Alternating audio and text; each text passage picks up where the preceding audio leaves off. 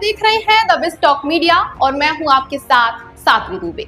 UP के सीतापुर में टका की बुलबुल और 9 टका काई वाली कहावत सच हो गई है। 12 साल पुरानी मस्जिद मलबे में बदल गई, लेकिन प्रशासन ने पीछे छोड़ दिया है एक ऐसा कर्ज जो शायद 7 पीढ़ियां भी ना चुका पाए।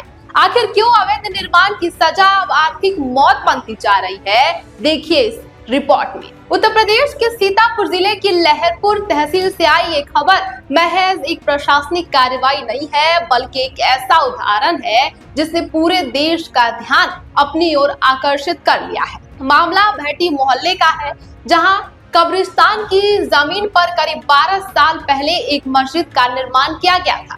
प्रशासन ने इसे अवैध घोषित करते हुए 30 मार्च की सुबह जिला प्रशासन राजा गणपति आर के निर्देश पर भारी पुलिस बल, पीएसी और 3 बुलडोजर के साथ पूरे इलाके को छावनी में बदल दिया और वहीं से ये पूरा मामला शुरू हो गया।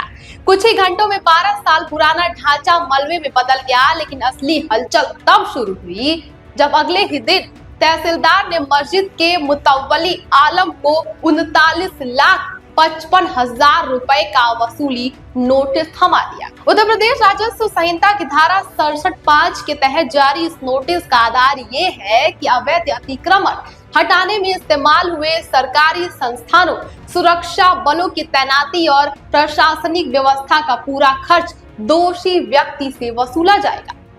ये रकम इतनी बड़ी है कि इसने कानून की सख्ती और उसके लागू होने के तरीके पर एक नई बहस को भी हवा दे दी है।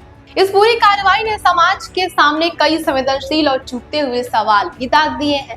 सवाल ये है कि क्या अवैध निर्माण की सजा अब इतनी भारी हो गई है कि एक आम इंसान जिंदगी भर उसका बोझ उठाता रहेगा? जिस मस्जिद को बनाने में शायद 12 साल पहले इतनी लागत नहीं लगी होगी, उसे गिराने का खर्च 40 लाख तक पहुंच जाना टका की बुलबुल और 9 टका की काई वाली कहावत को चरितार्थ करता हुआ नजर आ रहा है। एक तरफ जहां कुछ लोग इसे भविष्य में अवैध कब्जों को रोकने के लिए एक सत्य संदेश और सबसे कड़ा सबक बता रहे हैं, तो वहीं दूसरी तरफ बुद्धिजीवियों और स्थानीय लोगों का इस पूरे मामले में ये कहना है कि क्या सजा इतनी कठोर होनी चाहिए जो व्यक्ति को आर्थिक रूप से अंदर ही अंदर तोड़ डाले। 30 दिनों के भीतर रकम जमा न करने पर संपत्ति कुर्क करने और जबरन वसूली की चेतावनी दी गई है, जो इस मामले को और भी ज्यादा गंभीर बनाती है। और अंततः ये मामला हुआ है कि सिर्फ ईंट पत्थर गिराने का नहीं है, बल्कि ये कानून की सख्ती और मानवीय न्याय के बीच संतुलन को परखने का है।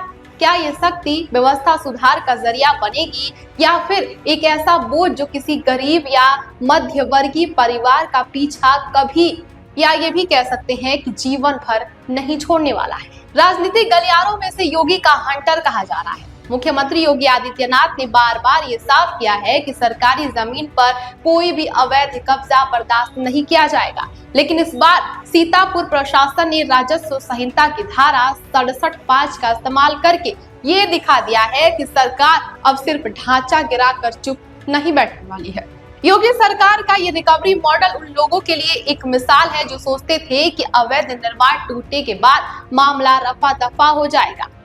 अब तोड़ने का खर्चा, पुलिस का भत्ता और प्रशासन की मेहनत पाई पाई का हिसाब अपराधी की जेब से ही वसूला जाएगा।